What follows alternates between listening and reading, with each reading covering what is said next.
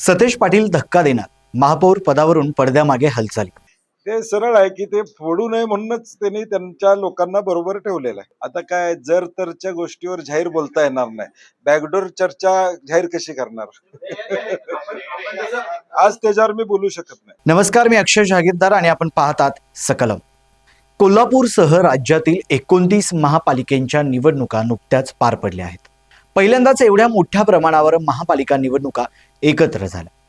आता महापौर पदासाठी हालचाली गतिमान झाल्या असून कोल्हापूर महानगरपालिकेच्या महापौर पदाबाबत काँग्रेसचे नेते आमदार सतेज पाटील यांनी एक सूचक वक्तव्य केले.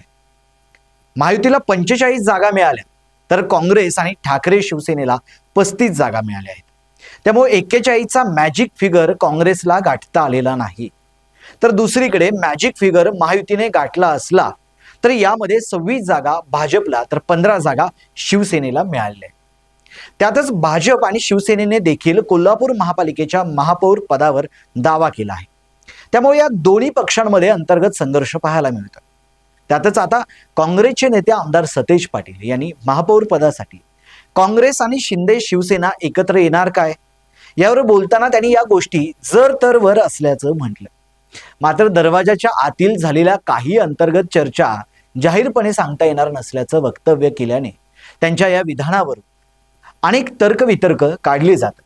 मुळातच महापालिका निवडणुकीत काँग्रेसने सर्वाधिक 34 जागा मिळवलेल्या आहेत, तर ठाकरे शिवसेनेची 1 मिळून अशी 35 जागा सध्या आहेत. त्यामुळं भाजपला रोखण्यासाठी प्रसंगी काँग्रेस शिंदे शिवसेनेचा महापौर करण्यासाठी पाठिंबा देऊ शकते अशी शक्यता देखील वर्तवली जात आहे. आणि याच प्रश्नावर बोलताना आमदार सतेज पाटील यांनी अशा गोष्टी आपण जाहीरपणे सध्या तरी बोलू शकत नसल्याचं सांगत महापौर पदाबाबत काँग्रेस आणि शिंदे शिवसेना एकत्र येणार काय याचा ट्विस्ट वाढवलाय. मात्र एकूणच काय तर कोल्हापूरच्या राजकारणात सध्या तरी महापौर निवडीवरून पडद्यामागच्या हालचाली गतिमान झाल्या आहेत.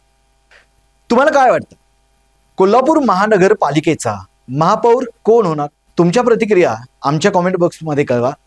आणि आजचा व्हिडिओ आवडला असेल तर लाईक, शेअर आणि सबस्क्राईब करायला विसरू नका. धन्यवाद.